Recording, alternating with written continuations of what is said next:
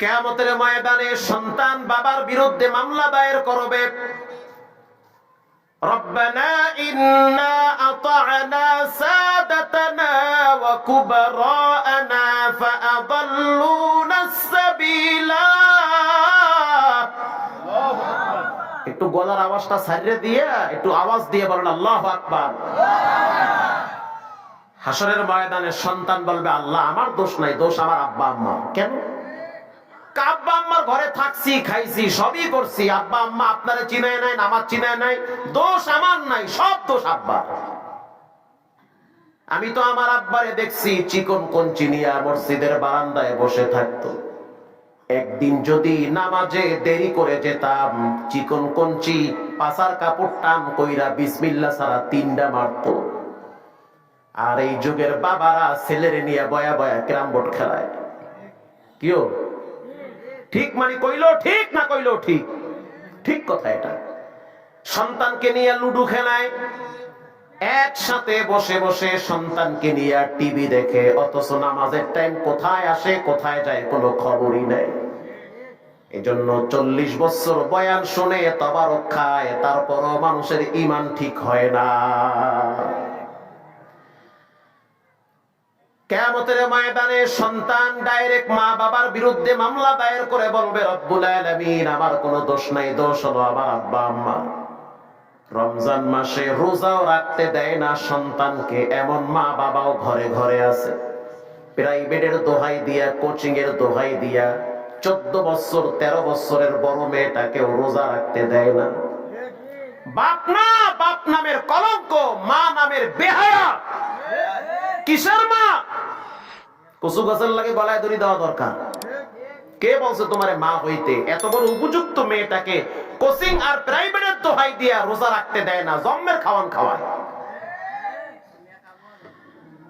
রব্বানা আতিহিম দিফাইনি মিনাল আযাবি ওয়ালআনহুম লা'নান কাবীরা।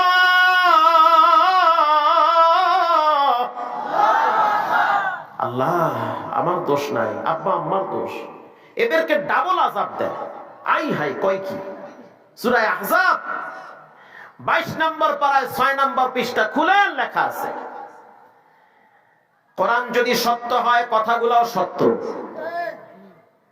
আল্লাহর কথা বিন্দু থেকে বিন্দু পরিমাণ সন্দেহ করার কোনো অবকাশ আছে? লা তাবদীলা লিকালিমাতিল্লাহ। পৃথিবীর মানুষ সকালে একটা বলে, বিকালে আরেকটা বলে, কথার ভিতরে ঘোজা মিল আছে না নাই? কিন্তু আল্লাহর কথার ভিতরে বিন্দু থেকে বিন্দু পরিমাণ কোনো ভেজাল আছে? এজন্য সন্তানের হক আদায় করেন। এইগুলা কথা হলো অরিজিনাল কথা। আজ সমাজের ভিতরে একটি স্লোগান হয়, দেশ বাঁচাও সমাজ বাঁচাও। জানতে চাই সম্প্রতিকালে যত রকমের ধর্ষণ হয়েছে, যত খুন হয়েছে, যত চাঁদাবাজি হয়েছে, যত টেন্ডারবাজি হয়েছে, বলেন স্পষ্ট ভাষায় বলেন, এগুলো কি বাহির থেকে এসে কেউ করছে? আরো জোরে বলেন, কারা করছে? দেশের মানুষ, আমার ভাই, আপনার ভাই, আপনার বন্ধু, আপনার সন্তান। ঠিক না ঠিক? কারো না কারো সন্তান। দেশ বাঁচাও সমাজ বাঁচাও, কি চমৎকার স্লোগান! এই স্লোগানের পূর্বে একটি স্লোগান মুখস্থ করা লাগবে। প্রত্যেকটা বাপ সে তার ছেলেকে বাঁচাবে মাদক থেকে। প্রতিটা বাবা তার সন্তানকে বাঁচাবে পাবজি আর ফ্রি ফায়ারের নামে জঘন্যতম খেলা থেকে। প্রতিটা বাপ তার সন্তানকে কিশোর গ্যাং থেকে তার ছেলেকে বাঁচাতে হবে। কথা বল না। ইন্নাল হামদালিল্লাহিল আকরামিল্লাযী খালাকাল ইনসান الذي علمه البيان وعلم التوحيد وأمر بالإسلام ونشهد أن لا إله إلا الله وحده لا شريك له ونشهد أن سيدنا وسندنا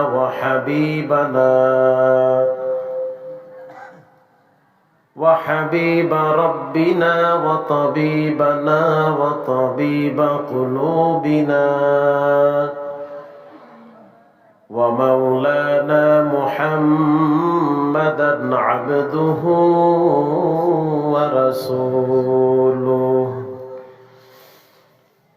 الذي أرسله الله تعالى بالحق بشيرا ونذيرا وداعيا إلى الله بإذنه وسراجا منيرا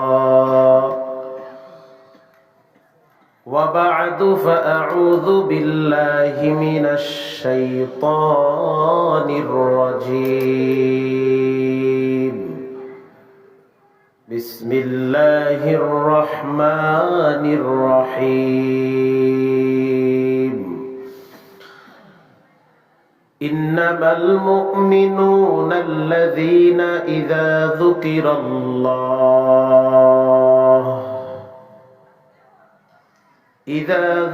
الله وجلت قلوبهم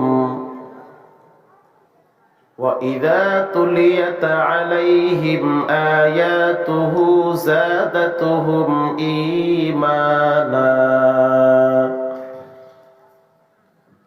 إيمانا وعلى ربهم يتوكلون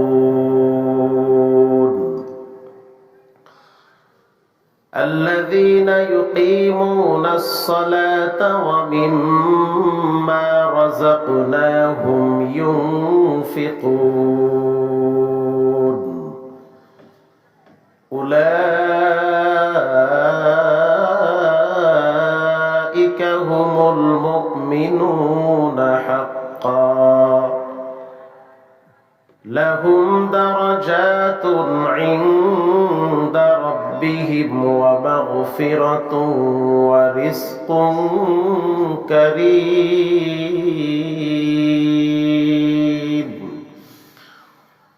وقال النبي صلى الله عليه وسلم ذاق طعم الإيمان من رضي بالله ربا وبالإسلام دينا وبمحمد نبيا رسولا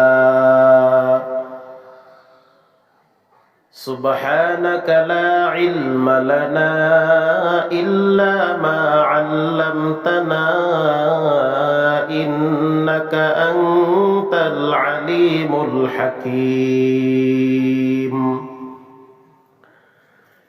رب اشرح لي صدري ويسر لي أمري واحلل عقدة من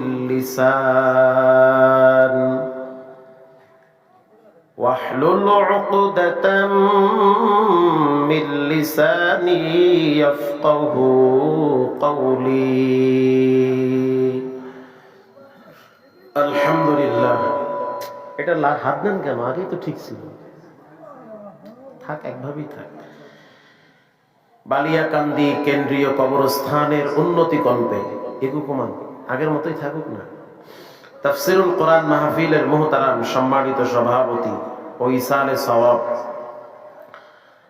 জনাব মকবুল হোসেন মুকুল সাহেব, সভাপতি অত্র কবরস্থান কমিটি, প্রধান অতিথি জনাব মোহাম্মদ জাহিদুল ইসলাম সাহেব, আমন্ত্রিত ওলামায়ে কেরাম, দিন প্রিয়, ইসলাম প্রিয়, ধর্মপ্রাণ মুসলমান ভাইরা, আল্লাহ তাআলার দরবারে অসংখ্য অগণিত শুকর যে মহান রব্বুল করিম আমাদেরকে ছোট্ট হায়াতের জিন্দেগির আজকের রাত্রটার শেষ সময়, তাহাজ্জুদের সময়, মৃত মানুষদেরকে পাশে রেখে জীবিত কিছু মানুষরা ইসালে সওয়াবের উদ্দেশ্যে মহতি মজমায় উপস্থিত হওয়ার তৌফিক দান করেছেন, দীর্ঘ সময় ধৈর্যের সহিত বসে থাকার সুযোগ করে দিয়েছেন। এজন্য সেই মহান রব্বে করিমের দরবারে শুকর গুজার করি, আলহামদুলিল্লাহ। দুরূদ ও সালাম বর্ষণ হোক সাইয়্যিদুল মুরসালিন রাহমাতুল লিল আলামিন, আপনার আমার প্রিয় নবী মুহাম্মদুর রাসূলুল্লাহ সাল্লাল্লাহু আলাইহি ওয়াসাল্লামের উপর। সর্বোপরি শুকর যে আল্লাহ তাআলা আমাদেরকে এখনো জীবিত রেখেছেন, আমরা এখনো বেঁচে আছি।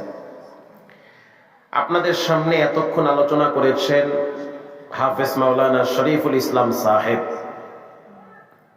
খুব চমৎকার আলোচনা করেছেন। দিল থেকে দোয়া করি আল্লাহ তাআলা বক্তা শ্রোতা উভয়কেই হেদায়েতের জন্য কবুল করুন। আমি একেবারেই নরম মানুষ, গরম কথা আমি পারি না, তারপরও আমার নামে মামলা। আমি নরম মানুষ, কথা বলে আস্তে আস্তে, তারপরও আমাকে আলহামদুলিল্লাহ ফাঁসায়া দিছে।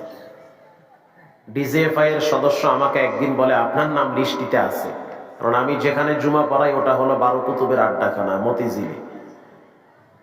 আমার অপরাধ দুইটা। প্রথম অপরাধ হলো আমি যেই দিন আল্লামা দেলোয়ার হোসেন সাইদি রাহিমাহুল্লাহু তাআলার জন্য দোয়া করেছিলাম, এর পরের দিনই লিস্ট হয়ে গেছে। দ্বিতীয় অপরাধ হলো মির্জা আব্বাস সাহেবের বাবার জন্য দোয়া করেছিলাম, যেহেতু তার মহল্লায় মতিঝিল। তা আমি বলেছি ওলামায়ে কেরামের নামের লিস্ট হলে এটা ভীত সন্ত্রস্ত হওয়ার কিছুই নাই, কারণ আপনাদের লিস্ট আরো আগেই তো আজরাইলের হাতে চলে গিয়েছে। ঠিক না ব্যাঠি? প্রতিটা মানুষের লিস্ট আজরাইলের হাতে আছে না নাই?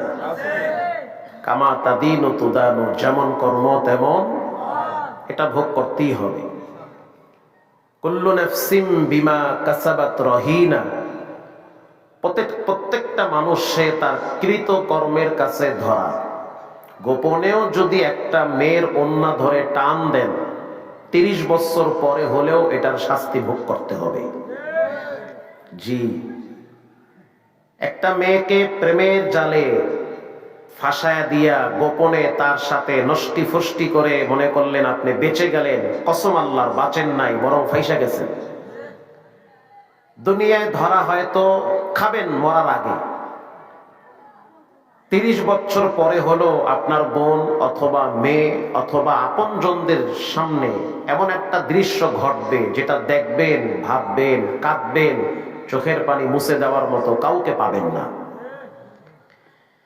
কারণ রব্বুল আলামিন মানুষের শাস্তি প্রকাশ্যে দেয় না, কখনো কখনো গোপনেও তার পার্সোনাল বেডরুমে শোয়া দেয়। কথা কি বুঝতেছেন? আল্লাহর শাস্তি ওপেনে হয় এবং গোপনেও হয়ে যায়। কুল্লু নাফসিম বিমা কাসাবাত রহিনা, এই আয়াত তেলাওয়াত করার পরে আমার হাত পা ঠান্ডা হয়ে গেছে। আব্দুল্লাহ ইবনে আব্বাস বলেন, কেউ যদি রাতের আধারে দরজা জানলা লাগায়া একটা গুনাহ করে, ছোট্ট গুনাহটাও যদি করে, ইয়ালামু খাইনাতাল আয়ুনি ওয়া মা তুখফিস সুদূর, রব সেটাও চোখ দিয়া দেখে। এমন জায়গায় তার শাস্তি হবে যদি সে তওবা না করে। আর যদি সে গোপনে বলে আল্লাহ অপরাধ করেছি, আপনি দেখেছেন, ফেরেশতারা সাক্ষী হয়েছে, মাটি সাক্ষী হয়েছে, যে কোনো টাইমে অপরাধের শাস্তি আমার হয়ে যেতে পারে, অতএব আপনি আমাকে মাফ করে দেন, আস্তাগফিরুল্লাহ, আপনার কাছে ক্ষমা চাই। রাসূল বলেছেন আত-তাইবু মিনাজ যামবি কামা লা যামবা লা, যে তওবা করে, মায়ের পেট থেকে বাচ্চা আসলে যেমন নিষ্পাপ, তওবাকারী ব্যক্তিও বাচ্চার মতো নিষ্পাপ হয়ে যায়। পিছনে যারা আছেন তারা কি ঘুমায় গেছেন নাকি? কে কে ঘুমাইছেন দুই হাত তুলে আল্লাহকে দেখান। মাশাআল্লাহ, মাশাআল্লাহ। ঘুমায় গেছেন? ওইটা বুঝে নাই, এরা যে ঘুমায় নাই এটাই তার প্রমাণ। ঘুমাইলে কি আর হাত তুলতে পারে? এইরকম একবার রাত্র 3:30টার সময় আমারে বসাইছে সেই ময়মনসিংহ ত্রিশাল মাঠে। তবে ওখানে আমার পরে আরো বড় বক্তা ছিল, তার কোনো আশা শেষে ছিল। গিয়া দেখলাম অনেক বড় প্যান্ডেল, অনেক শ্রোতা, ব্যবসায়ীদের উদ্যোগে মাহফিল। কিন্তু আশ্চর্য বিষয় হলো প্যান্ডেলের ভিতরে অর্ধেক শ্রোতা হইয়া রয়েছে। তা আমি চিন্তা করলাম এই ঘুমন্ত ব্যক্তিদের সামনে কি বয়ান করা যায়। তো প্রথমে গিয়ে বললাম, কারা কারা জাহান্নামে যাবেন একটু আল্লাহকে হাত তুলে দেখান। মাঝখান থেকে না হইলেও 30 জন খাতা কম্বলায় খাড়ায় গেছে। আল্লাহু আকবার। কেউ ভাই জাহান্নামে যাইবেন? আমিও যাবো না, আমার আব্বাই যাইবে না। তা খাড়ায় গেছেন যে আমরা তো জানি মোল্লা মুন্সি যা কয় ভালোই কয়। তা আপনারা কি সজাগ আছেন না ঘুমায় গেছেন? সজাগ থাইকেন, দেশের অবস্থা ভালো না। এই দেশ কোনোদিন শান্তি শৃঙ্খলা আসবে না যতদিন এদেশের সংসদে কোরআনের আইন প্রতিষ্ঠিত না হবে। দেখতেছেন না দেশের কি পরিস্থিতি। তো দিল থেকে দোয়া করেন আল্লাহ তাআলা যেন সংসদে পার্লামেন্টে কোরআনের আইন যেন প্রতিষ্ঠিত করার তৌফিক দান করে। একটা আইন যদি প্রতিষ্ঠিত হয়, পাশ হয়, আস-সারিকু ওয়াস-সারিক, চুরি করলে হাত কাইটা দাও, আল কাতলু ওয়াল কাতাল, কতল করলে কতল করো, ওয়াল আইনু বিল আইন ওয়াল উযুনু বিল উযুন, যে চোখ উঠায় দিবে তার চোখও উঠায় দাও, যে কান কাটবে আল্লাহর আইন তার কানটা কাইটা দাও। কেউ যদি কারো নাক কাটে, আল্লাহর আইন, কোনো ঘুষ চলবে না, নাক কেটে দাও। একটা আইন যদি সমাজে প্রতিষ্ঠিত থাকে, চুরি করলে হাত কাটা যাবে, তাহলে বাংলাদেশের সমস্ত ব্যবসায়ীরা দোকানের শাটার খুলে ঘরে গিয়ে শুয়ে থাকবে। কোনো মায়ের সন্তানের দুঃসাহস নাই আর একজনের দোকানে হাত দেওয়া। কিন্তু আইন চলে মানব রচিত, এজন্য এই জমিনে শান্তি নাই, শান্তি সামনেও আসবে না যদি আপনারা সচেতন না হন। দৃঢ় প্রতিজ্ঞাবদ্ধ হবে সব দল। দেখা শেষ, এবার আমরা কোরআনের বাংলাদেশ দেখতে চাই ইনশাআল্লাহ। বলেন আরে ভাই, কবুল হোক চাই না হোক, চেষ্টা তো করতে হবে। তাফসীরে রুহুল মাআনিতে আসছে, ইব্রাহিম নবীকে যখন আগুনে ফালানো হয়, একটা ব্যাঙ বারবার প্রস্রাব করে আর লাফ দেয়। ইবনে আব্বাস রাদিয়াল্লাহু তাআলা আনহু বলেন যে একটা পাখি ঠোঁটের ভিতরে একটু পানি নিয়ে বারবার ছাড়ে। আব্দুল্লাহ ইবনে আব্বাসের বর্ণনাটা একটু শক্ত। মাসউদ রাদিয়াল্লাহু তাআলা আনহু যে ব্যাঙে প্রস্রাব করে আর লাফ দেয়। তা একজনে প্রশ্ন করলো, হে ব্যাঙ, তুমি যে প্রস্রাব করলা, এই যে পানি ছিটাইলা, এর দ্বারা কি ইব্রাহিম নবীর আগুন নিভবে? প্রিয় ভাইরা আমার, ব্যাঙের প্রস্রাব তো অনেক বেশি, 3 কেজি হবে না? কমপক্ষে তো 1 কেজি হবে, তাও হবে না, আধা কেজি, 1 পোয়া, তার চেয়েও কম। একটা ক্ষুদ্র প্রাণী ব্যাঙ, অথচ সে ইব্রাহিম নবীর আগুন নিভাতে চায়। ইব্রাহিম নবীকে যেখানে ফালানো হয়েছে সেটা ছিল 42 কিলোমিটার বিশাল এক প্রশস্ত অগ্নিকুণ্ড। ব্যাঙ জবাব দেয়, আমি জানি আমার এই অল্প পানি দ্বারা ইব্রাহিম নবীর আগুন কিছুই হবে না, তবে আমি আল্লাহকে দেখাতে চাই আমি ইব্রাহিম নবীর পক্ষে আছি। আল্লাহু আকবার বলেন। তা আমরা দুর্বল, আমাদের কিছুই নাই, কিন্তু আমরা আল্লাহকে দেখাতে চাই, আল্লাহ আমরা দ্বীনের পক্ষে, ইসলামের পক্ষে, কোরআনের পক্ষে আছি ইনশাআল্লাহ। বলেন। সম্মানিত ভাইরা আমার, আমি আপনাদের কাছ থেকে প্রথমে জানতে চাই আপনারা কেমন আছেন। ঘুমের চাপে আলহামদুলিল্লাহ বাড়ছে না, আলহামদুলিল্লাহ ঠান্ডা লাগিয়ে গেছে। ভালো আছেন সবাই? আলহামদুলিল্লাহ। ভালো থাকার মতো ভালো একটা ফ্রেশ মন লাগে, সবাই ভালো থাকতে পারে না। অনেক শিল্পপতি দেখছি, কেমন আছেন স্যার? বেশি ভালো নাই, লোন আছে 3 কোটি টাকা, কিস্তি আছে 53টা, আই হায় কয় কি। আবার চায়ের দোকানদার, পানের দোকানদার, অটোওয়ালা, রিক্সাওয়ালা, ছোট্ট টং দোকানদার, ছোট ব্যবসায়ী, ভাই কেমন আছেন? হাইসে দিয়ে কয় আলহামদুলিল্লাহ। বলেন ভালো রাখার মালিক কে? তারাই ভালো থাকে যারা অন্যের ক্ষতি করে না, তারাই মানসিক ভাবে অশান্তিতে থাকে যারা আরেকজনকে অশান্তি দেয়। কোন জালেম এসি রুমে ঘুমাইয়াও শান্তিতে বাস করতে পারে না, আর মাজলুম জেলখানায় গিয়াও ফাঁসির কাষ্টে দাঁড়াইয়াও তার মুখে হাসি লেগে থাকে। তাহলে বুঝতে হবে ভালো রাখার মালিক কে? তাফসীরে ইবনে কাসিরে আসছে, সুম্মা লাতুসআলুন্না ইয়াওমাইযিন আনিন নাঈম। একটু চা খাই, সমস্যা আছে কোনো? প্রত্যেকটা নিয়ামত সম্পর্কে আল্লাহ প্রশ্ন করবে।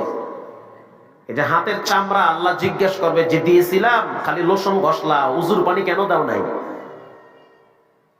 প্রশ্ন করবে চেহারায় ফেরেন লাভলি লাগাইছো, উজুর পানি কেন লাগাও নাই? রাসূল বলেছেন কিয়ামতের মাঠে মানুষের উজুর পানির চেহারাটা নূরে চমকাইতে থাকবে। এটা বুখারীর হাদিস। তার হাত থেকে নূর চমকাবে, কারণ উজুর পানি তার হাতে লাগাইতো।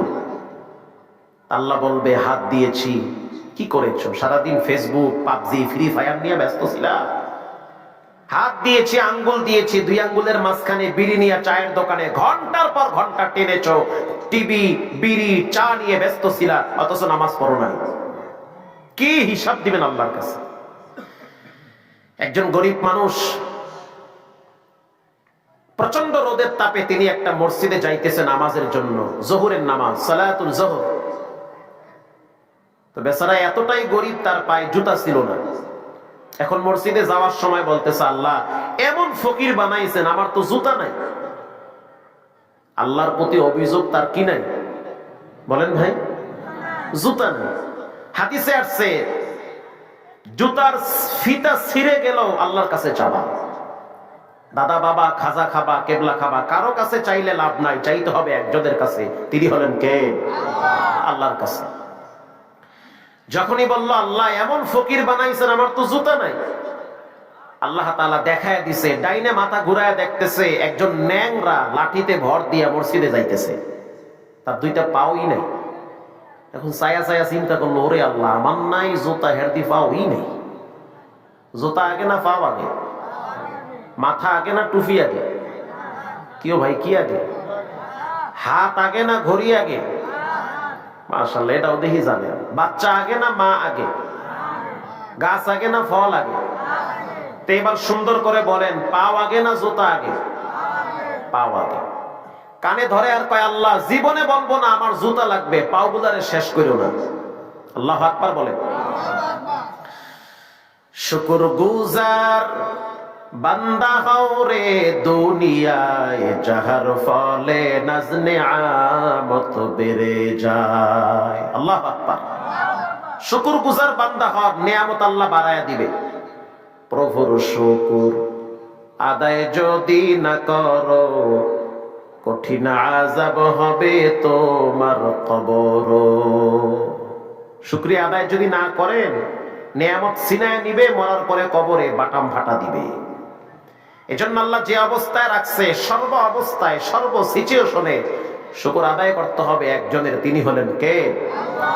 এবার আপনারা মুখ খুলে বলেন, সবার কাছ থেকে জানতে চাই, এই মুহূর্তে আল্লাহ আপনাকে যে অবস্থায় রাখছে, চাইলে হসপিটালও রাখতে পারত, চাইলে মৃত ব্যক্তিদের সাথে কবরেও রাখতে পারত, চাইলে আল্লাহ তাআলা আপনার মতো ব্যক্তিকে মুহূর্তের ভিতরে অসুস্থ করে বিকলাঙ্গ বানায়া হসপিটালে ফালায়া রাখতে পারত, স্ট্রোকের রোগী করে আইসিইউতে রাখতে পারত। তো সব কিছুকে মিলে এই মুহূর্তে, এই রাত্র 3:30টার সময় আপনারা কেমন আছেন? আলহামদুলিল্লাহ। আমি আপনাদের সামনে কোরআনুল কারীমের সূরা আনফালের একটি আয়াত তেলাওয়াত করেছি। আমি এই আয়াতের উপরে কিছু সময় আলোচনা করব, আপনারা উপকৃত হবেন, লাভবান হবেন। কিছুদিন পরই রমজান শুরু হয়ে যাবে। আল্লাহ তাআলা আমাদের হায়াতগুলোকে রমজান পর্যন্ত বরকত দান করুন।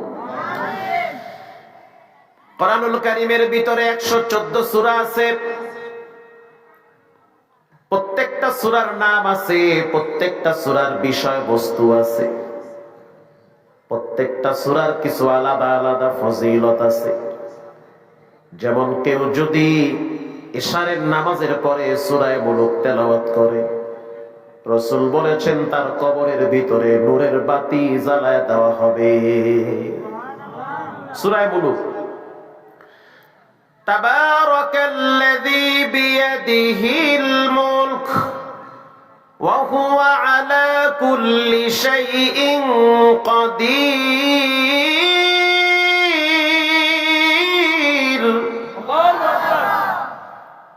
সূরা মুলক যারা তেলাওয়াত করে, কিয়ামতের ময়দানে সূরা মুলক তার পক্ষে সুপারিশ করে জান্নাতের গেটে দাঁড় করায়া দিবে। এজন্য বেঁচে থাকা অবস্থায় সূরা মুলক নিয়মিত তেলাওয়াত করবে। মরার পরে কবরে সূরা মুলক কাজে লাগবে। দুনিয়ায় চলতে যেমন টাকার গরম লাগে, চোখ বন্ধ হয়ে গেলে নেক আমলের গরম লাগবে। খালি ওয়াজ শুনলে হবে না, তেলাওয়াত শুদ্ধ করতে হবে। এখানে এমনও পাবলিক বসা আছে হয়তো এশারের নামাজও পড়ে নাই, আবার তবারক নিয়ে মোবারক সাহেব ঘরে গিয়া খায়া ঘুম দিবে, ফজরও পড়বে না। আবার দেখবেন এমনও শ্রোতা আছে বয়ান শুই না যাওয়ার সময় বলবে চমৎকার বয়ান, এক টানে আতাই কুলা আর এক টানে হলো সাথিয়া টান আর টান। সেই বক্তা টুফি খোল বিড়ি আর একটা ধরা, কথা আসতে কন নজরে কন, এটাও বলে ঠিক, আসলেই তো ঠিক কথা। এরকম 100 মাহফিল যদি এক পাল্লায় করা হয় ফজরের 2 রাকাত সুন্নতের সমান হবে না। যারা এই গভীর রাত পর্যন্ত বসে আছেন অনুরোধ করে বলবো ফজরের নামাজ না পড়ে কেউ ঘুমাবেন না। যদি ফজর না পড়া ঘুমান তাহলে রেখে রাখবেন সবাইকে ফাঁকি দিলেও রবকে ফাঁকি দেওয়া যায় না। এমন জায়গায় চিপায় ফালায় শাস্তি দিবে, নীরবে কাঁদবেন আর বুঝবেন পাপের শাস্তি শুরু হয়েছে। আল্লাহর ধরা শক্ত ধরা, আল্লাহরে ফাঁকি দিয়েন না, ফাঁকি তো দিতে পারবেন না, নিজেরই ফাঁকি দিতেছেন। কোরআনুল কারীমের ভিতরে 114 সূরার অন্যতম একটি সূরার নাম হলো সূরা কাউসার। ইন্না আ'তাইনাকাল কাউসার ফাসাল্লি লিরাব্বিকা ওয়ানহার ইন্না শানিআকা হুয়াল আবতার। আল্লাহু আকবার বলেন। জালালউদ্দিন সুয়ুতি তাফসীরের কিতাবে লিখেছেন যে ব্যক্তি প্রতি রাতে 100 বার সূরা কাউসার তেলাওয়াত করবে রব্বুল আলামিন মৃত্যুর আগের দিন হলেও রাসূলের সাথে স্বপ্নে সাক্ষাৎ করায় দিবে। এই সূরাটাকে বলা হয় শানে রাসূল। রাসূলুল্লাহর শানে, তার মর্যাদাকে বাড়ায় দেওয়ার জন্য আল্লাহ এই সূরাকে নাজিল করেছে। কোরআন এমন একটা কিতাব, দেখলেও সওয়াব, ধরলেও সওয়াব, দূর থেকে ভালোবাসলেও সওয়াব। পড়তে পারেন না যদি তাকায়াও থাকেন তাহলেও নেকি জমা হয়ে যাবে। 3টা জিনিসের দিকে তাকাইলে বান্দার আমলনামায় নেকি জমা হয়। 1 নম্বরে কেউ যদি বাইতুল্লাহর দিকে তাকায়া থাকে আর যদি বলে এটা আল্লাহর ঘর, খানায়ে কাবা, এই ঘরটা নির্মাণ করেছেন ইব্রাহিম আলাইহিস সালাতু ওয়াস সালাম, এই ঘরের ভিতরে 2টা পাথর আছে, 2টা পাথরই হলো জান্নাতের পাথর। সুবহানাল্লাহ বাইতে গিয়ে কইেন। একটার নাম হলো মাকামে ইব্রাহিম। হাজী সাহেব যারা আছেন তারা দেখছেন গ্লাসের ভিতরে আটকানো মাকামে ইব্রাহিম। ওখানের ওই পাথরের দিকে যদি তাকান দেখবেন ইব্রাহিম নবীর পায়ের চিহ্ন এখনো লেগে আছে। সরাসরি ডাইরেক্ট জান্নাত থেকে মাকামে ইব্রাহিম আসছে। সারা পৃথিবীর ভিতরে সরাসরি ডাইরেক্ট জান্নাত থেকে আসা 2টা জিনিস, 2টাই পাথর এখনো পৃথিবীতে আছে। এই 2টা পাথর বাইতুল্লাহ আছে। আরেকটার নাম হলো হজরে আসওয়াদ। সারা পৃথিবীর মানুষের আকর্ষণ হলো হজরে আসওয়াদকে চুমা দিবে। কেউ যদি চুমা দেয় তার গুনাহগুলা রব্বুল আলামিন জয়া ফালায়া দেয়। মানুষ পাপ করে করে ক্লান্ত হয়, রব্বে কারীম ক্ষমা করতে করতে ক্লান্ত হয় না। যেহেতু গভীর রাত, দিল থেকে বলি জীবনে অনেক পাপ করে ক্লান্ত হয়ে গেছে। মাঝে মাঝে কবরস্থানে গিয়ে মৃত ব্যক্তিদের পাশে দাঁড়ায় চিন্তা করবেন, তাদের হুঙ্কারে, তাদের নামে ডাকে পুরা এলাকা কাঁপতো। এখন তারা কবরে পড়ে আছে, কোনো সাউন্ড হয় না। সাউন্ড হয়? কোনো খবরই নাই তাদের। প্রিয় ভাইয়েরা আমার, কোরআনুল কারীমের ভিতরে 2 নম্বরে কেউ যদি কোরআনের দিকে তাকায় তার আমলনামায় নেকি জমা হয়। আর যদি বলে হাদা কালামুল্লাহ, এটা আল্লাহর কোরআন, যদি তাকায়া থাকে তাহলেও নেকি জমা হয়। এখানে এমনও পাবলিক আছে কপাল পোড়া, বছর চলে যায় কোরআনের দিকে 10টা মিনিট তাকায়া থাকারও সুযোগ হয় না। সারাটা দিন দুনিয়া নিয়ে ব্যস্ত, 10টা মিনিট কোরআনকে সময় দিবে সেই সুযোগ তার হয় না। ছেলে মেয়েদেরকে কোচিং এর জন্য ধমক দেয়, কেন গেলা না? প্রাইভেটে না গেলে সন্তানকে ধমক দেওয়া হয়। মা তার মেয়েকে ধমক দেয়, কেন তুমি প্রাইভেটে গেলা না, কোচিং এ গেলা না? অথচ মেয়েটা ফজর পড়ে নাই, মা একটা বারের জন্য ধমক দেয় না। কেন ধমক দেন না মেয়েটাকে? কোচিং এ যায় সকালবেলা, নামাজ পড়ছে কিনা আপনি খবর নেন? কেন নেন না? আপনি তো বড় ডাকাত, পৃথিবীর শ্রেষ্ঠ ডাকাত ওই সমস্ত মা বাবা যারা তার সন্তানকে রব চিনায় না, সন্তানকে প্রাইভেটের জন্য ধমক দেয়। কেন যাও নাই? কোচিং এ না গেলে রাগ করে, কেন যাও নাই? স্কুলে না গেলে রাগ করে, কার জন্য পয়সা কামাই, রক্ত পানি করি, কেন তুমি স্কুলে যাও না? অথচ প্রাইভেট কোচিং স্কুল এই বিষয়গুলো নিয়ে যেই পরিমাণ শাসন করে ছেলে মেয়েদেরকে, এর অর্ধেক শাসন নামাজের জন্য মা বাবা ছেলে মেয়েদেরকে করে না। করে। এই জন্যই তো মাইয়া পোলা রাতে বাটাম ফাটা খান, আরো খাইবেন। দুর্গতি মরার আগে আরো আছে, বহুত আছে, খালি দেখবেন খেলা। যেই বাপ তার সন্তানকে রব চিনায়, যেই বাপ তার সন্তানকে নবী চিনায়, যেই বাপ তার সন্তানকে কোরআন চিনায়, যেই বাপ তার সন্তানকে কিবলা চিনায়, যেই বাপ তার সন্তানকে জুমা চিনায়, যেই বাপ তার সন্তানকে আতর চিনায়, মেসওয়াক চিনায়, তসবিহ চিনায়, যেই বাপ তার সন্তানকে রবের পরিচয় দেয়, ওই সন্তানও মা বাবাকে চিনে, কোনো সময় বেয়াদবি করে না। রব চিনে, তার মা বাবাকে চিনে। রব চিনে না, আপনারে চিনার টাইম নাই। কেন চিনবে আপনারে? সে কোন দুঃখে চিনবে? আপনারটা আপনারাও খাইবে, আপনার কলিজাও খাইবে মাইয়া বলা। প্রিয় ভাইয়েরা আমার, কোরআনুল কারীমের ভিতরে 3 নম্বরে, কোন মানুষ যদি তার মা বাবার দিকে তাকায়, তাহলে তার আমলনামায় হজের সওয়াব জমা হয়ে যায়, উমরার নেকি জমা হয় যদি সে তার মা বাবার দিকে তাকায়। বৃদ্ধ মায়ের দিকে তাকান আর আল্লাহর দরবারে দোয়া করেন, রব্বির হামহুমা কামা রব্বায়ানি সগীরা। আপনার বাবা বুড়া হয়ে গেছে, ঘরে বিছানায় পড়ে আছে, বাবার চেহারার দিকে তাকান আর আল্লাহর দরবারে শুকর আদায় করেন, রব্বুল আলামিন আপনাকে হিন্দুর ঘরেও পাঠাইতে পারত। কথা কন না কেন? মুসলমান বাবার ঘরে পাঠাইছে, মুসলিমা নারীর ঘরে, মায়ের ঘরে পাঠাইছে। বাবাও মুসলমান, মাও মুসলমান।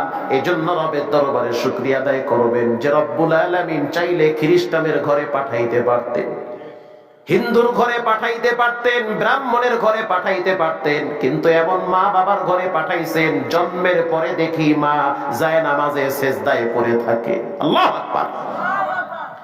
এমন বাবার ঔরসে পাঠাইছেন, জন্মের পরে দেখি বাবায় প্রতিদিন 5 ওয়াক্ত নামাজে মসজিদে যায়। মা বাবা যেটা করে সন্তান দেখে দেখে ওটা শিখে। যেই মা সন্তান পেটে নিয়ে কিরণমালা জি বাংলা দেখে, ওই সন্তান দুনিয়াতে আসার পরে 24 ঘন্টার ভিতরে 15 ঘন্টা পাবজি আর ফ্রি ফায়ার নিয়ে ব্যস্ত থাকে। এজন্য সাবধান। গাছ যদি ভালো হয়, ফল ভালো হওয়ার আশা করা যায়। বর্তমানে এমন একটা সময় পার করতেছি, যেই সময়টাকে মানুষ গুনাহকে গুনাই মনে করে না, পাপকে বাপ মনে করে। বাপ যেমন প্রিয়, পাপটাকেও তার চেয়ে বেশি প্রিয় মনে করে। এজন্য কয়েকদিন আগে দেখছে টিকটক বানাইতে গিয়া মরছে। ট্রেনের সামনে দাঁড়ায় মোবাইল নিয়ে নাচানাচি শুরু করছে, ট্রেন আইসা উঠাইয়া দিছে গায়ের উপরে। কয়েকদিন আগে আপনারা দেখছেন একটা মেয়ে গায়ে হলুদ অনুষ্ঠানে নাচতে নাচতে হঠাৎ স্ট্রোক করে মারা গেছে, ডাইরেক্ট জান্নাতে। কিও হ্যাঁ, আউযুবিল্লাহ না নাউযুবিল্লাহ, কিছু একটা কই। কুমিল্লায় বয়ানে গেলাম, বুরিঙ্গামারি কুড়িগ্রামে এলাকার যুবকরা বলল, হুজুর একটু দোয়া করেন, মহল্লার অবস্থা খুব ভয়াবহ। কেন? এলাকার ম্যাক্সিমাম যুবকরা মোবাইলে জুয়া খেলে। মোবাইলে জুয়া খেলে, এটা আপনাদের দেশে নাই? ও আল্লাহ, কয় কি এদেশেও আছে? ছোট ছোট বাচ্চারা মোবাইলে জুয়া খেলে, রাত 2টা 3টা নাই, সিফায় সাপায় ফাঁকে ফোকে 3-4 জনে বইয়া ব্যস্ত থাকে। অথচ মা বাবা দেখে, কিছুই বলে না। ও পুত, তোর নিয়ে টেনশনে আছি, লেখাপড়া কর, কিছু করলে খাওয়া লাগবে। অথচ বাপের মুখ দিয়ে বাইরে না, নামাজ পড়ো। বাপে কইবে কেমনে? বাপ তো নিজেই নামাজ পড়ে না। কি আসলে ঠিক? কিয়ামতের ময়দানে সন্তান বাবার বিরুদ্ধে মামলা দায়ের করবে। রব্বানা ইন্না আতা'না সাদাতানা ওয়া কুবরা'না ফাআদাল্লুনা সাবিলা। একটু গলার আওয়াজটা ছাড়িয়ে দিয়ে একটু আওয়াজ দিয়ে বলেন আল্লাহু আকবার। হাসরের ময়দানে সন্তান বলবে, আল্লাহ আমার দোষ নাই, দোষ আমার আব্বা আম্মা। কেন? আব্বা আম্মার ঘরে থাকছি, খাইছি, সবই করছি, আব্বা আম্মা আপনারে চিনায় নাই, নামাজ চিনায় নাই, দোষ আমার নাই, সব দোষ আব্বা। আমি তো আমার আব্বারে দেখছি চিকন কঞ্চি নিয়ে মসজিদের বারান্দায় বসে থাকতো। একদিন যদি নামাজে দেরি করে যেতাম, চিকন কঞ্চি পাছার কাপড় টান কইরা বিসমিল্লাহ ছাড়া 3টা মারতো। আর এই যুগের বাবারা ছেলেরে নিয়ে বয়া বয়া ক্যারাম বোর্ড খেলায়। কিও ঠিক? মানে কইলো ঠিক, না কইলো ঠিক? ঠিক কথা এটা। সন্তানকে নিয়ে লুডু খেলায়, একসাথে বসে বসে সন্তানকে নিয়ে টিভি দেখে, অথচ নামাজের টাইম কোথায় আসে কোথায় যায় কোনো খবরই নেই। এজন্য 40 বছর বয়ান শুনে তবারক খায়, তারপরও মানুষের ঈমান ঠিক হয় না। কিয়ামতের ময়দানে সন্তান ডাইরেক্ট মা বাবার বিরুদ্ধে মামলা দায়ের করে বলবে, রব্বুল আলামিন আমার কোনো দোষ নাই, দোষ হলো আমার আব্বা আম্মা। রমজান মাসে রোজাও রাখতে দেয় না সন্তানকে, এমন মা বাবাও ঘরে ঘরে আছে। প্রাইভেটের দোহাই দিয়া, কোচিং এর দোহাই দিয়া 14 বছর 13 বছরের বড় মেয়েটাকেও রোজা রাখতে দেয় না। বাপ না, বাপ নামের কলঙ্ক, মা নামের বেহায়া। কিসের মা? কচু গাছের লাগে গলায় দড়ি দেওয়া দরকার। কে বলছে তোমারে মা হইতে? এত বড় উপযুক্ত মেয়েটাকে কোচিং আর প্রাইভেটের দোহাই দিয়া রোজা রাখতে দেয় না, জম্মের খাওয়ান খাওয়ায়। রব্বানা আতিহিম দিফাইনি মিনাল আযাবি ওয়ালআনহুম লা'নান কাবীরা।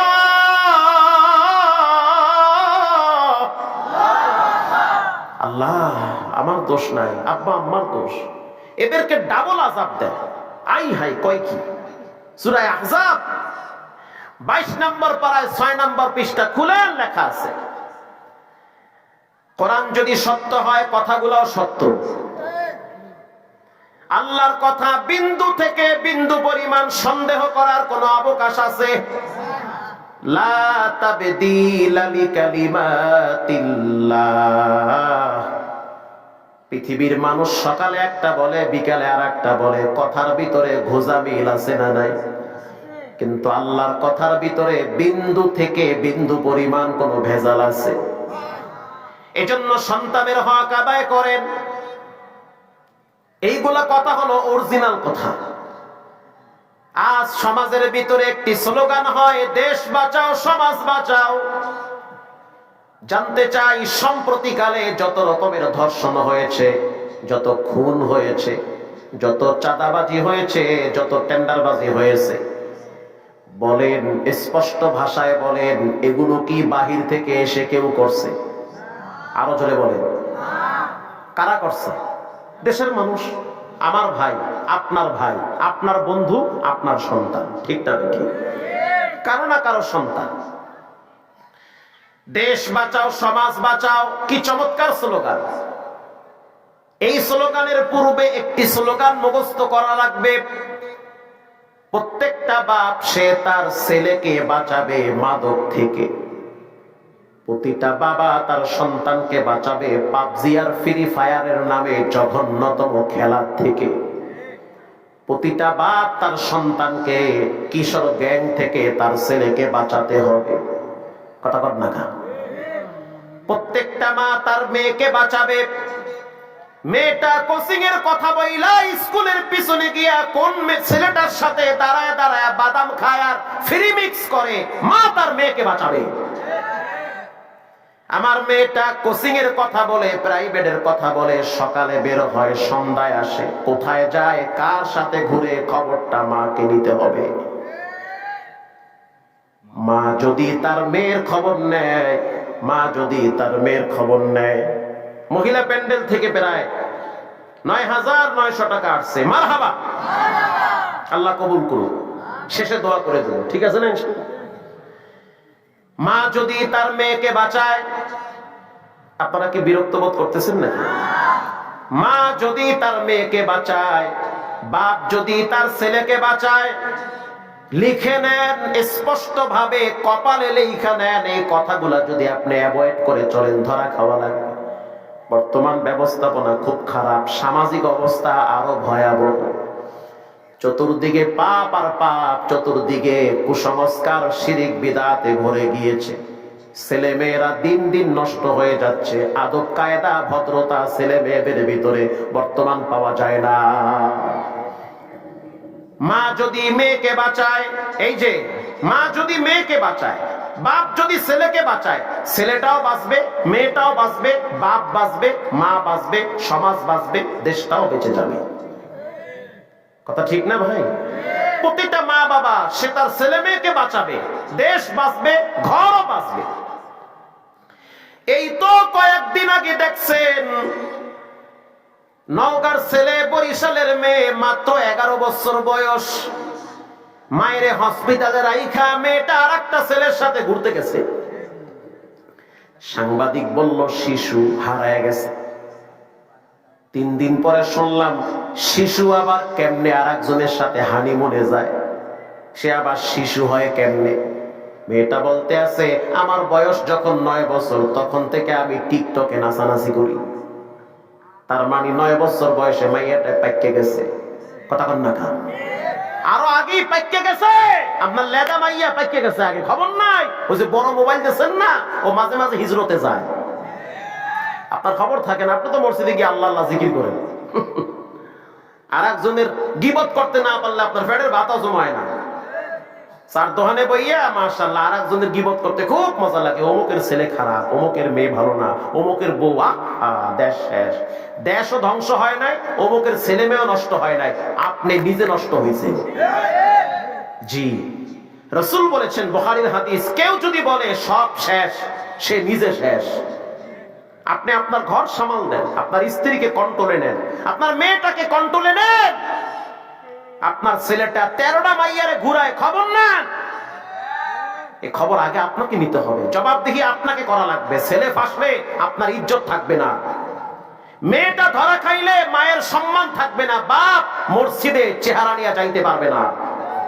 ছেলে মেয়েকে বাঁচান, এগুলো আল্লাহর দেওয়া নেয়ামত। এগুলো নষ্ট হয়ে গেলে গন্ধ এমন ভাবে ছড়ায়, পান্তা যদি নষ্ট হয় তাও খাওয়া যায়, পোলাও নষ্ট হইলে, বিরিয়ানি নষ্ট হইলে খাওয়া যায় না। ছেলে মেয়ে নষ্ট হইলে এগুলা ঠিক করা যায়? সহজে করা যায় না। প্রিয় ভাইয়েরা আমার, হযরত ওমর রাদিয়াল্লাহু তাআলা আনহুর দরবারে একটা মামলা গেছে, তানবীহুল গাফিলিনে আসছে। মামলাটা যিনি করেছেন তিনি একজন বয়োবৃদ্ধ মুরব্বী মানুষ। বাবা সন্তানের ব্যাপারে ওমরের আদালতে মামলা নিয়ে গেছে।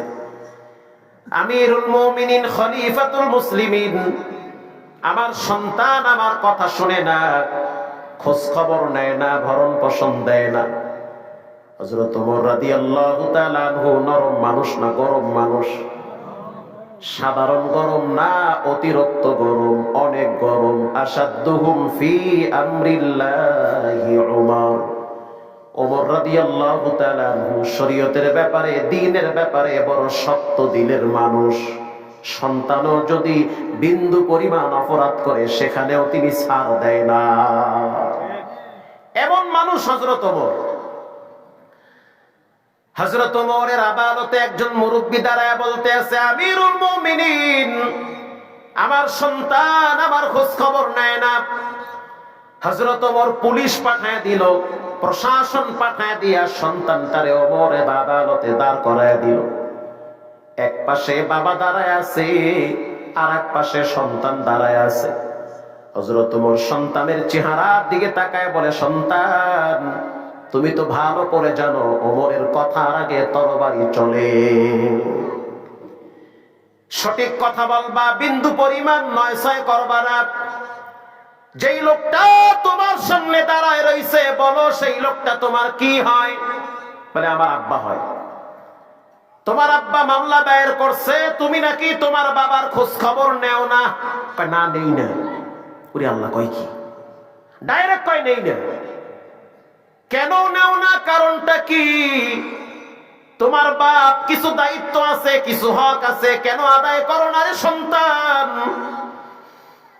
এবার যুবক বলতে আছে, আমিরুল মুমিনিন রাগ করিয়েন না, বাবার কথা শুই না আমার উপরে আপনি গরম হইয়েন না, আমারও কিছু কথা থাকতে পারে। কথা কন না কেন? বাদী বিবাদী দুইজনের বক্তব্য শুনে বিচার করা লাগবে। এখন তো টাকার বান্ডিল যেদিকে, বিচার যায় সেই দিকে। হযরত ওমর এমন একজন শাসক, যার কাছে বাদী বিবাদী দুইজনের বক্তব্য শুনে গবেষণা করে সাক্ষী প্রমাণ পেশ করে তারপরে তিনি শরীয়তের আইন প্রতিষ্ঠিত করে।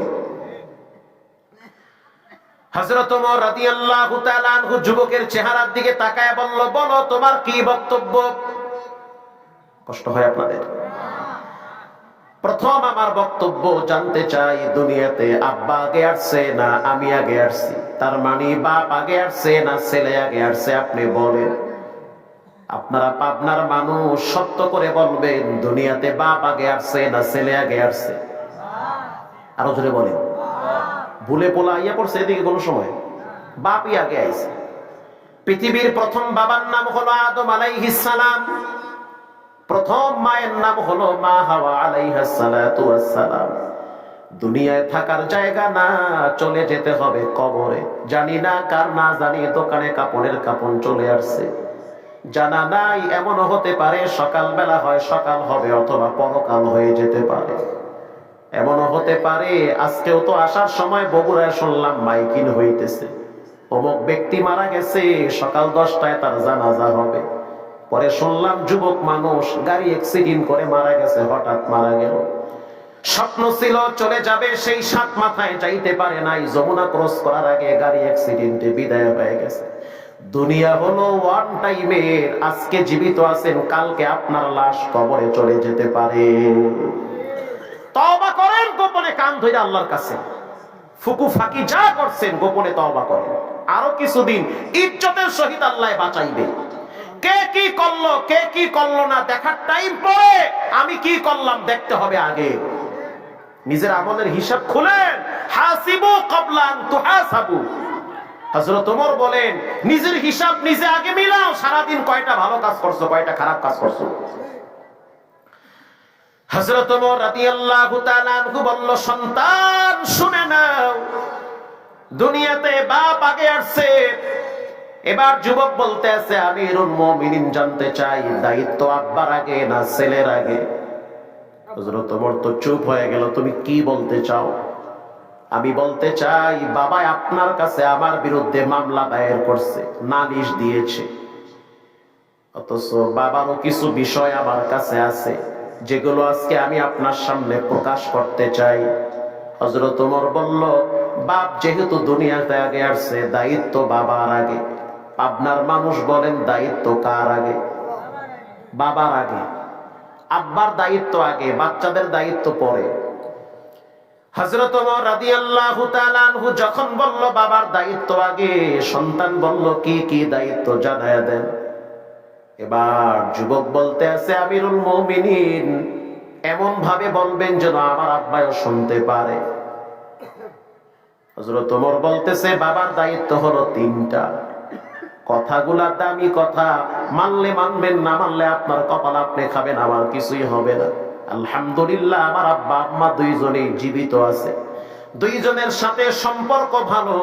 আমি আমার স্ত্রীকে জানায় দিছি, এটা হোটেল না যে খাবা ঘুমাবা আর বাথরুমে যাবা আর বাচ্চা কাচ্চা লালন পালন করবা। যার যার হিসাব তার তার কাছে। তুমি আমার অধীনে থাকো, আমার পকেটের টাকায় তুমি চলো। আল্লাহর বিধান মানতে হবে, পারলে থাকবা, না না মানতে পারলে সোজা রাস্তা মাপবা।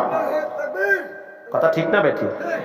আমার কষ্টের টাকা তুমি খাবা, রানীর মতো থাকবা, শরীয়ত মানবা, ইসলাম মানবা, কোরআনের আইন মানবা, পারলে থাকবা, না পারলে সসম্মানে ইজ্জতের সহিত চলে যাবা। সন্তানদেরকে জানায় দিছি, খবরদার খবরদার, যেই রব তোমাদেরকে আমার কাছে আমানত দিয়েছে যথাযথ তার হক আদায় করা লাগবে। আল্লাহর হুকুম মানবা, সম্মান পাবা, থাকা খাওয়ার জায়গা পাবা। রবের হুকুম মানবা না, একটা কষ্টের টাকা তোমাদের পিছনে ব্যয় করতে চাই না। কারণ স্ত্রীর ব্যাপারে স্বামীকে কিয়ামতের ময়দানে আসামির কাঠগড়ায় দাঁড় করায় রাখবেন কে? সন্তানের ব্যাপারে রব্বুল আলামিন আল্লাহর আদালতে তার বাবাকে দাঁড় করায় রাখবে। রাসূল বলেছেন, আলা কুল্লুকুম রাঈন, প্রত্যেকটা মানুষ দায়িত্বশীল। আলা কুল্লুকুম রাঈন, প্রত্যেকটা মানুষ দায়িত্বশীল। যারা বসা আছেন সবাই দায়িত্বশীল। ওয়া কুল্লুকুম মাসউলুন আন রাইয়াতিহি, তার অধীনস্থ সম্পর্কে তাকে প্রশ্ন করা হবে। তার মানে আপনার অধীনে আপনার ছেলে, আপনার মেয়ে, আপনার স্ত্রী, প্রশ্ন জবাবদিহি আপনাকেই করা লাগবে। কথা বল না, আপনার অধীনে আপনার স্ত্রী। এবার একজন সাহাবী বলল, হুজুর আমার স্ত্রীও নাই। খেয়াল করেন, হাদিস কিন্তু মুসলিমের। আমার স্ত্রীও নাই, আমার সন্তানও নাই। তোমার আব্বা আম্মা? তারাও নাই। আমি একা, কেউ নাই। আমার আবার কি হক? আল্লাহর রাসূল বলেন, ওয়ালি জাসাদিকা নাফসিহি, তোমার উপরে তোমার হক আছে। তোমার হাতের হক তোমার উপরে, পায়ের হক তোমার উপরে, চোখের হক তোমার উপরে। চোখ দিয়া এদিক সেদিক তাকানো যাবে না, হাত দিয়া টাইম পাইলেই মোবাইলে ঠেলা যাইবে না। চোখ দিয়া ঘন্টার পর ঘন্টা মোবাইলের দিকে তাকায় থাকবা। সাবধান, তোমার বাবার চোখ না, চোখ হলো রবের দেওয়া আমানত। কিয়ামতের ময়দানে সেই হক সম্পর্কে তোমাকে প্রশ্ন করবে।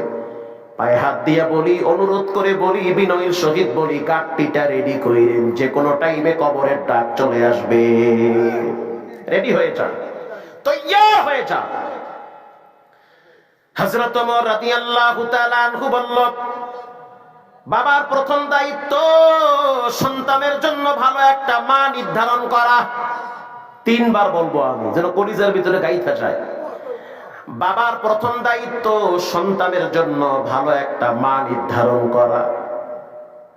কারণ যার যে কোনো মহিলার পেটে সন্তান দেওয়া যাবে না। যেই মহিলার পেটে আপনার সন্তান থাকবে, দেখে শুনে সন্তান তার পেটে দেওয়া লাগবে। কথা বুঝেন নাই? আবার বলুন, বিবাহ করার আগে জাত গোষ্ঠী দেখা লাগবে। বুঝতেছেন? বিয়ে করার আগে জাত গোষ্ঠী বংশ দেখতে হবে। মেয়েটা দিনদার কিনা, মেয়ের মা পরেশগার কিনা, মেয়ের বাবা সুদ খায় কিনা, মেয়ের মা 9-6 করে কিনা, মেয়ে 9-6 করে কিনা, দেখে শুনে বুঝে বিয়ে করা লাগবে। এদিক সেদিক দিয়ে দৌড় মারলে হবে না। এটাই হযরত ওমর বলছে, সহজে যে কোনো মহিলার পেটে বাচ্চা দিলে হবে না। কারণ তুমি আর তোমার স্ত্রী দুইজনে দুই দিকে যাইতে পারো, তোমার বাচ্চাটার ভবিষ্যৎ আছে। কথা ঠিক না বেঠিক? বাচ্চার চিন্তা তোমার করা লাগবে যে আমার বাচ্চা, আমি আমার আবেগের ঠেলা এক ম্যাডাম রে নিয়ে আইলাম, ফট করে বাচ্চা লেগে গেছে, এই বাচ্চা তো আমার না, বাচ্চা তো আমার। এই বাচ্চার কারণে তো আমাকে অনেক জায়গায় ফেস হওয়া লাগবে, দুনিয়াতেও কবরেও। কথা ঠিক না বেঠিক? বাচ্চা আপনি কি করবেন? আপনি আর আপনার স্ত্রী দুইজনে দুই দিকে গেলেন, বাচ্চা তো দুইজনের সমান। হযরত ওমর রাদিয়াল্লাহু তাআলা আনহু বলল, সন্তান, বাবার প্রথম দায়িত্ব সন্তানের জন্য ভালো একটা মা নির্ধারণ করা। এবার যুবক বলতেছে, আমিরুল মুমিনিন, জন্মের পর থেকে আজ পর্যন্ত আমি অনেক মানুষের কথা আমি শুনছি, কিছুই বলি নাই, হজম করছি, ধৈর্য ধরছি। তার মানে কি? তার মানে হলো সহজ। আমার আব্বাকে বলেন, আমার নানার বাড়িটা কোথায়, আমার মায়েরে কেমনে বিয়ে করছে, বাবারে বলে। খাপের খাপ মন্তাজের বাপ লাগিয়ে গেছে এবার জায়গা মতো। যৌবন কালে আকাম করবা, বুড়া কালে ধরা খাবা। জি, ইজ্জত নিয়ে কবরে যাওয়া যাইবে না। সাবধান, রক্ত গরম হইলে এদিক সেদিক নষ্টামি করা যাবে না। ছেলে মেয়ে বড় হবে, ইজ্জতের গোড়ায় পানি থাকবে না, এরাই খোটা দেবে, বাপ খারাপ, 9-6 করছে, এলাকার সবাই জানে। হযরত ওমর রাদিয়াল্লাহু তাআলা আনহু বলল, বাবার প্রথম দায়িত্ব সন্তানের জন্য ভালো একটা মা নির্ধারণ করা। যুবক বলল, আব্বাকে বলেন আমার মাকে কোথা থেকে কেমনে আনছে, কেমনে বিয়ে করছে। আমার আব্বাই কেমনে বিয়ে করছে আমরা তো শুনছি না? কথা কন না কেন? আপনি শোনেন না আপনার আব্বাই কেমনে বিয়ে করছে? আমি কেমনে বিয়ে করছি আমার আশেপাশের মানুষগুলা জানে না? জানে তো। আমার আব্বা একজন কোরআনের হাফেজ, কুয়াকাটায় আমাদের বাড়ি। শুধু নরমাল হাফেজ না, এক দাঁড়ানে 30 পারা পড়তে পারে এমন ভালো মানের হাফেজ। আমরা 3টা ভাই, 13 জনই কোরআনের হাফেজ, 2টা বোন জামাই, 2 জনই হাফেজ। আলহামদুলিল্লাহ, লা ফখরা লাহু, কোনো ফখর নাই, কোনো অহংকার নাই। আমার মাকে যেদিন বিবাহ করেছে 30 পারা এক বৈঠকে তেলাওয়াত করে সবাইকে শোনায়া তারপরে বিবাহ করছে। এটা আমি গর্বের সহিত বলতে পারি। বাবায় কেমনে বিয়ে করছে ইতিহাস তো আমার জানা আছে। সব ধামাচাপা দেওয়া যায়, সত্য কখনোই গোপন থাকে না। থাকে না। তুমি তো পাবজি নিয়ে ব্যস্ত, তোমার তো হুঁশই নেই। পাবজি খেলাইতে খেলাইতে রাস্তার মাঝখানে গিয়ে খাম্বার লাগে বাড়ি খাইছে। বাড়ি খাইয়া কয় হোয়াট ইজ দিস? আমি কই আর খাম্বা কই? খাম্বা ঠেলে আর কয় রাস্তার মাঝখানে সরকার খাম্বাটা কাটছে। খাম্বা কি রাস্তার মাঝখানে? না, ওর মাথা নষ্ট হয়েছে। মাথা নষ্ট হয়ে হেনে গেছে মাথা। আমার সময় দেখলাম পুরা রাস্তায় হেনে ওখানে সিফাই সাফাই, খালি মোবাইল। কি যে করে আল্লাহ জানে। হযরত ওমর রাদিয়াল্লাহু তাআলা আনহু বলতে আছে, সন্তান তোমার আব্বাকে এবার আমি জিজ্ঞেস করি তোমার মায়েরে কোথা থেকে আনছে? এই মুরব্বি, বিয়ে করছো? কহ না করলে এটা ইচ্ছে করতে। বিবাহ যদি করে থাকো, এই যুবকের নানার বাড়ি কোথায়? এই যুবকের নানার বাড়ি কোথায়? আপনার নানার বাড়ি কোথায় আপনি জানেন না? জানেন না? আমার নানার বাড়ি কোথায় আমি জানি না? জানি তো, আপনিও তো জানেন। বিয়ে করছে শ্বশুর বাড়ি চিনে না। এ যেমন মগা, সুন্নাত না মাইনা সুন্নি দাবি করে, এও তেমন মগা। কথা কন না। বিয়ে করছে শ্বশুর বাড়ি জানে না। পোলাই জিগে আব্বু আমার নানা বাড়ি কোথায়? বলে ওই পার্কের গোড়ায়। পার্কের গোড়ায়। হযরত ওমর রাদিয়াল্লাহু তাআলা আনহু বলল, মুরব্বি সত্য করে বলো, এই যুবকের মায়েরে কোথা থেকে আনছো? মুখ দিয়া কথাই বাইরে না, চুপচাপ দাঁড়ায় রইছে। হযরত ওমর একটু পরে তাকায়া দেখলো চোখের পানি পড়তে আছে। মা ইউবুকি, কি হয়েছে, কাঁদো কেন? আমি কাঁদি না, আমার কর্মের কারণে চোখের পানি বের হয়েছে। আমার স্ত্রীকে এক রাখালের ঘর থেকে ভাগায়া নিয়ে আসছি। হযরত ওমর বলতে আছে, বিয়া শাদী, তালাক, ইদ্দত কোথায়? বলে এটি আমি বুঝি না, ওই মহিলার পেটে এইটা হইছে। হযরত ওমর বলতে আছে, বিয়া তো হয় নাই, সন্তান তো জারস। পেছ লাগছে কি লাগে না? 6 তালাক দিয়ে এরপরও একসাথে থাকে। কারণ আগের মাথায় তালাক দিছি। তালাক কি কেউ হাসতে হাসতে দেয়? তুমিও খুব আমার পরিজার মানুষ, যাও তালাক 3টে একসাথে, এরকম কয়? রাগের ঠালায় মারিয়া দেয় 6-7টা। তুইও তালাক, তোর বাপ মাও তালাক। কথা ঠিক না বে? ঠিক। এই কথা আমি সিফার মধ্যে কই না, আমি ঢাকার রাজধানীতে বলি। আমি জঙ্গল দিয়ে উঠতে আমলবি না, যাই না এক জুমায় মতি ছিল, দেখেন গেলি কমিনে কোন হুজুর আইছে আমাকে এলাকায়। আই স্পষ্ট মনে রাখতে হবে, বিয়া শাদী আর তালাক দুইটা ইসলামে সবচেয়ে সহজ কাজ। 2 জন সাক্ষী তোমাকে বিয়ে করতে চাই, রাজি? ওকে ফাইন, রাজি, বিয়ে হয়ে গেছে। একটা নির্দিষ্ট মোহর ধরলে বিয়ে হয়ে যায়। তালাক দেশে তো হয়ে গেছে, কোনো কাহিনী চলবে না। কথা আসতে বলবেন না, ঠিক না বে? ঠিক। বিয়ার বউ ছাড়া দুইটা সহজ, এই দুইটা নিয়ে সিনিমিনি করা যাবে না, হাসি মস্কারি করা যাবে না, এই দুইটা নিয়ে রং তামাশা করা যাবে না। কেন আপনার মুখ থেকে তালাক বের হবে? কেন আপনি বলবেন তোরে ছাইড়া দিলাম? কেন বলবেন আপনি? কেন আপনি বলবেন যা তুই তালাক? কেন বলবেন আপনি? অনেক কথা আছে। রাগ বেশি উঠলে আর এক ঘরে গিয়া 2 থাল ভাত বেশি খাইয়ে, এরপরও রাগ বেশি উঠলে ওই রাস্তার পাশে গিয়া মাথাটা ওই গাছের লাগে ঠেইলেন কতক্ষণ। এরপরও যদি রাগ ঠান্ডা না হয় 2 বালতি পানি দিয়ে গোসল কইরেন, রাগ ঠান্ডা হয়ে যাইবে। এত রাগ দেখান কা বইয়ের লাগে।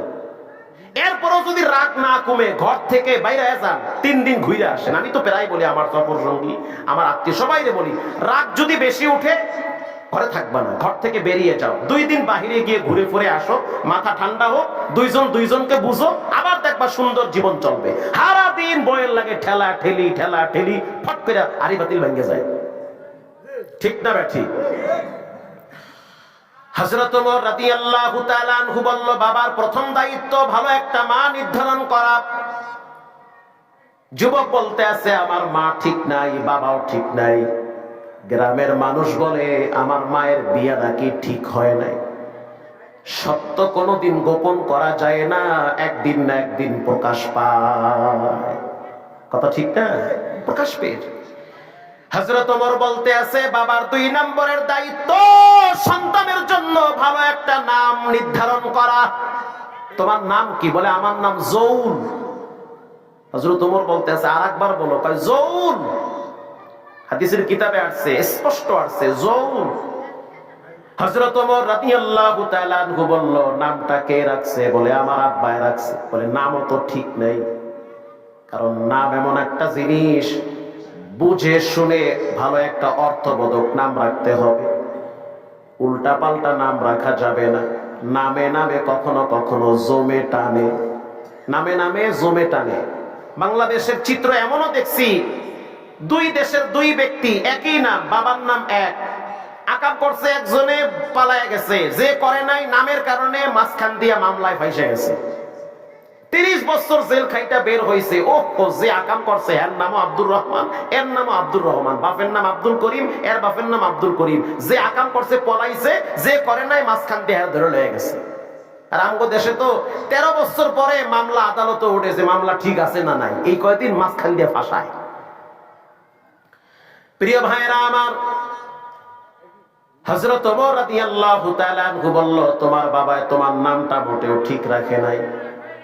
বাবার 3 নম্বরের দায়িত্ব সন্তানের জন্য কোরআন শিক্ষা দেওয়া। সুবহানাল্লাহ বলেন। প্রিয় ভাইরা আমার, সন্তানের জন্য কোরআন শিক্ষা দেওয়া এটা সন্তানের হক। যুবক বলতে আছে, আমিরুল মুমিনিন, আমি কোরআন দেখে দেখেও পড়তে পারি না। কেন পারো না? বলে, আব্বাই শিখায় নাই। উটের রাখালি শিখাইছে, দুম্বার রাখালি শিখাইছে, খেজুর পাড়া শিখাইছে, জমজমের পানি উঠানো শিখাইছে, কোরআন শিখায় নাই। এবার হযরত ওমর রাদিয়াল্লাহু তাআলা আনহু বলল, বিচার সন্তানের হবে না, বিচার হবে বাবা। ঠিক না ঠিক? এজন্য যারা বাবা আছেন, দায়িত্বশীল, সাবধান। শুধু সন্তান জন্ম দিলেই হক আদায় হয় না, সন্তানকে কিছু নসিহত করা লাগে, দিন শিখানো লাগে। কিয়ামতের